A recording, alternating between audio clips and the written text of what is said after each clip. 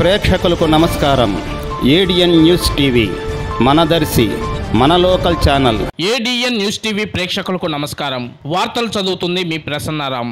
శ్రీ హరిహర క్షేత్రం శ్రీ వెంకటేశ్వర స్వామి వారి ఆలయంలో 16/12/2024 నుండి 13/1/2024 వరకు ధనుర్మాస వ్రతం జరుగు పత్రికా ఆవిష్కరణ చేసిన మాజీ మంత్రివర్యులు సిద్ధా రాఘవరావు, శ్రీమతి లక్ష్మీ పద్మావతి చేమకుర్తిలోని వారి స్వగృహంలో ధనుర్మాస పత్రికా ఆవిష్కరణ జరిగింది. ఈ కార్యక్రమంలో ఆలయ ఇన్ఛార్జి వెంకటేశ్వరరావు, శ్రీ వెంకటేశ్వర స్వామి వారి ఆలయ అర్చకులు టి వెంకటహరి, కృష్ణమాచార్యులు, సుబ్రహ్మణ్యం శర్మ తదితరులు పాల్గొన్నారు.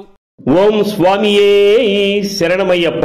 అయ్యప్ప స్వామిని దర్శించడం, భవానీ మాతను అర్చించడం మంగళకరం, శుభకరం.